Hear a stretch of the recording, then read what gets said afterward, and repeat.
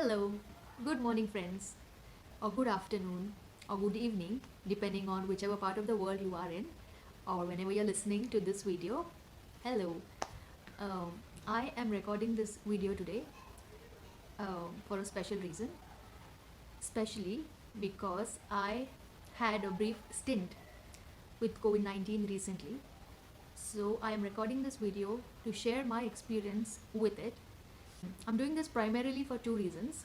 One is because before I had COVID, I always had a lot of questions about it, but I could never ask them because I didn't know many people who had it, and I somehow thought it was not very nice to ask it when they were going through it. That's why I decided to do it myself. And secondly, I haven't seen enough videos being posted or experiences being shared from a lot of people in my friend circle. There may have been experiences shared, but I didn't get to see them because I may not be on the right groups, completely possible. Also, the third reason is because the number of cases of COVID are rising in India and in Maharashtra. So I thought sharing my experiences might help you a little bit more to keep safe from the virus. So here goes. I have never done this before. I have not shared such a personal story with such a big forum before. So friends, please bear with me. The first question I had whenever anybody got the COVID 19 virus was if they knew how, or if they have any idea about how they got it. I would be lying if I said that I didn't think about it every single day after I tested positive. But the answer to it is I don't know. I don't know where I got it from. Just to give you a perspective, up until October or November of 2020, we as a family did not step out of the house at all. Just jokingly, some of my friends in my community where I live also used to say that we should be given the Residents of the Year or Residents of the Community award because we strictly adhere to all the restrictions and the rules. So we took quite a lot of precautions. The answer is I don't know how I got it. So what were the symptoms? What prompted me to go to the doctor? So let's go back to February, beginning of February. On the 3rd of February, in the evening, I was not feeling very well, but not enough to not do my work, but I was feeling just a little tired. That's about it. In the morning of the 4th of February, I had a bad body ache. I didn't have any fever in the morning, but a pretty bad body ache. I almost thought that I was birthing a child with my whole body. That's how bad the body ache was. Uh, I had about 9900 fever in the afternoon, and by evening it was about 101 degrees. But the fever was not that bad, but the body ache was really bad. I called up the doctor in the evening, and she said she just asked me to take some fever reducing medicines, and she called me at her office the next morning. So next morning, the 5th of February, I went into her office. She wrote me some tests that were fever related, like malaria, dengue, some hemogram, and she didn't even write COVID at that time. But I had a show planned for my new play, on the 6th of February. So I asked her if it would be, do you think it's COVID, because I'm going to be exposed to my teammates and quite a few other people. So she said, let's get it done since you are going to be exposed, and that's how she wrote all these 3 tests for me. I came home, got these tests done. Somebody had come home to draw my blood, and by evening the malaria and dengue tests had come out negative. My hemogram was a little off, the WBC count was a little off. I think it had lowered a lot, and she said there's definitely a viral infection, and even if I hadn't given you the COVID test in the morning, I would have asked you to take it now, but it's good that we took it in the morning. I was pretty, symptoms wise, I was pretty okay on the 5th. There was no fever, there was no body ache, surprisingly, none at all, or maybe just a little bit, not bad. On the morning of 6th, I tested positive for COVID 19. These were the symptoms I had before I tested positive, the body ache and fever that prompted me to get the test done, that prompted me to go to the doctor in the first place. So, what were the symptoms I had while I was sick? Honestly speaking, I was pretty okay. I didn't have a lot of symptoms. I did not have any fever after that day, the 4th of February. Um, there was no body ache as such. There was no tiredness as such, but also I didn't do a lot of work. The first day I tested positive, the doctor told me a few things. She said, rest, rest, rest. It's very important. You might not be very tired right now, but we don't know what's going to happen after a week. So take as much rest as possible. Do not do things, do not get work done just because you're at home now and you're quarantined and you have a lot of time on your hand. So she instructed that just get the tiffins, ask your relatives, your friends, your neighbors, some caterers to send tiffins, no cooking at home, no washing utensils, and just get disposable plates and bowls, and no mopping the floor every day. You can just do it on a need basis. When it's dirty, just clean it.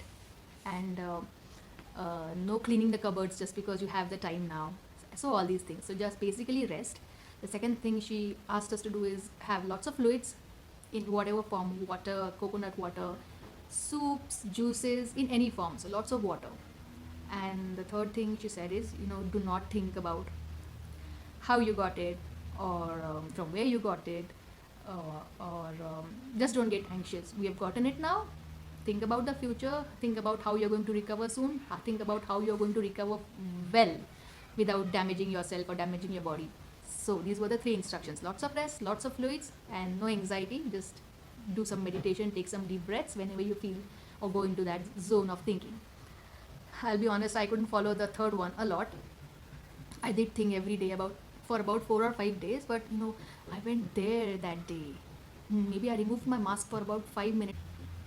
It was quite, yeah, thinking is not good. So after a few days though, when that internal dialogue was going nowhere, I decided to just, whenever that thought came, I just acknowledged that thought, okay, thank you, and bye bye. So after a few days, I got a hang of it, and then I could follow the doctor's instruction. Um, my family was tested the day when I got positive. The next day, my son also tested positive for COVID 19. My husband was negative that day, but he still had symptoms. So my son and I quarantined ourselves in a room, and my husband continued to have symptoms. So we repeated his test after a couple of days, and he did test positive after that. Talking about symptoms while I was in quarantine, after about 4 or 5 days after my first symptoms, I did lose my sense of taste. But this was different. This was quite interesting. So before this, whatever I have experienced before this, whenever I was sick, I lost taste completely. I couldn't taste anything. But this was different. So I didn't lose it 100%, but I could tell if something is sweet or sour or salty or spicy. The basic tastes I could tell. Like for example, if you gave me an avocado and a cucumber, of course I could tell from the texture, but just from the taste, I wouldn't be able to tell what is what. But if I drank coconut water, I could tell it is sweet. If I ate a chip, I could tell it's salty and spicy, and so I could tell the basic tastes. So I didn't lose my sense of taste completely, but I did lose my sense of smell completely, because I remember smelling coffee purposely one day, and I couldn't smell anything. So completely, the smells that I get from the soap or from the shampoo on a regular basis, that I couldn't smell at all. But this was gone only for 2 3 days, and after 2 3 days, my taste started the sense of taste started coming back, and the sense of smell started coming back. So the symptoms for my husband were quite different. He did have fever and body ache before his test, but he continued to have headache and a little bit of body ache, tiredness, weakness, even after he tested positive. Unlike me, uh, he did lose his sense of smell and taste for a longer duration, I think, more than me, and he still continues to have a little bit of weakness sometimes. What I think we could have done better is on the first day when I had the symptoms on the 4th of February, and now we think, why didn't I quarantine myself on the same day? It's a no brainer, right? That's what we think now. But then when we thought deeper about why we really didn't do it, there were a couple of reasons for it. One is I had started doing yoga. I had joined an online class of yoga starting February, and I was doing this after a long time. So I thought maybe because I have started it after a long time, maybe that's why my body is hurting, my legs are hurting. Secondly, after my 3 shows in January. There was a 15-day break, and we had started rehearsals. We had just begun rehearsals in February or on the 31st or 30th of January. So I thought maybe there was a break of 15 days, and that's why after the rest, maybe the body is taking some time to warm up to the dancing exercise. So that's why maybe my body is hurting. So uh, that day, and of course, you think you'll never get the virus. So that day, I never thought, or nobody in the family, or my husband didn't think that we should quarantine. That thought didn't even occur to me, honestly. So I think in hindsight, when thinking about it, I think, and my suggestion to you or your loved one would be, if you think you have a symptom that might be COVID, since you're exposed to the outside world, the best idea is to quarantine yourself, so the virus will not spread from you to the family. This is something that we learned. So on the first day itself, even without knowing what it is, I should have just gone, stayed separately in one room instead of mingling with the family. Secondly, on the 2nd of February, I had quite a hectic day. Now, the reason I mention is because I was quite busy running errands, for the family, doing this, buying that, important stuff, essential work, nothing non-essential. But I was quite busy. I had woken up at 5:30 in the morning, and I went to bed at around 11:30 midnight that day. And I'm not used to having such a long day. I don't wake up so early in the morning. So we think that my immunity might be compromised that day because I had a hectic day. I was overexerted, my body was overexerted, and maybe when I went out, I did catch the virus very quickly. I think this is very important, even though sometimes you may come in contact with the virus or with the person who's carrying the virus, with the person who's a carrier. But if you are strong, it will not affect you.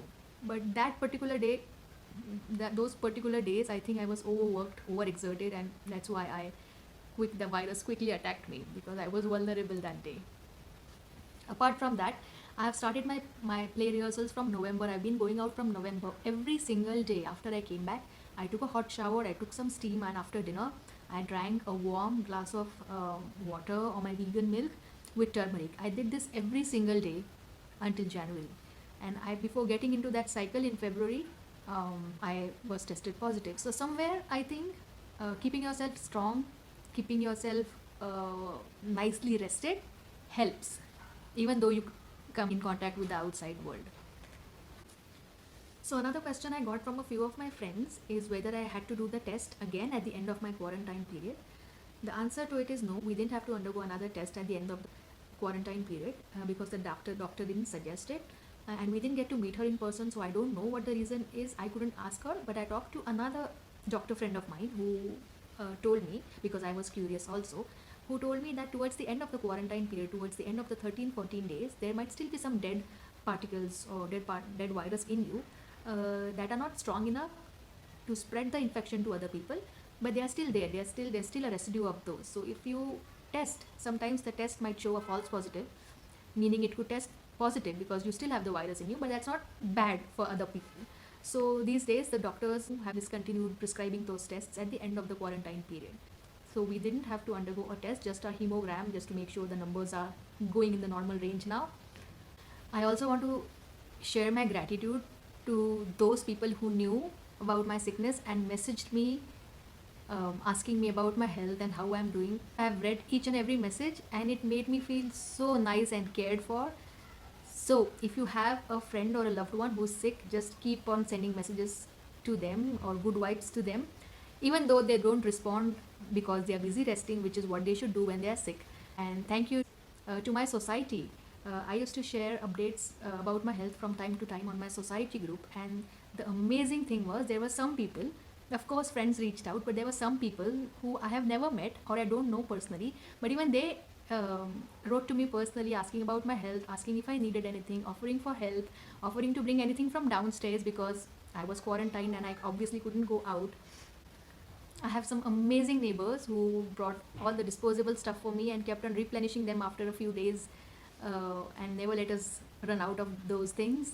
So thank you so much. I am grateful to all of you for sending me messages, showering me with your love and blessings and good wishes and good vibes and food.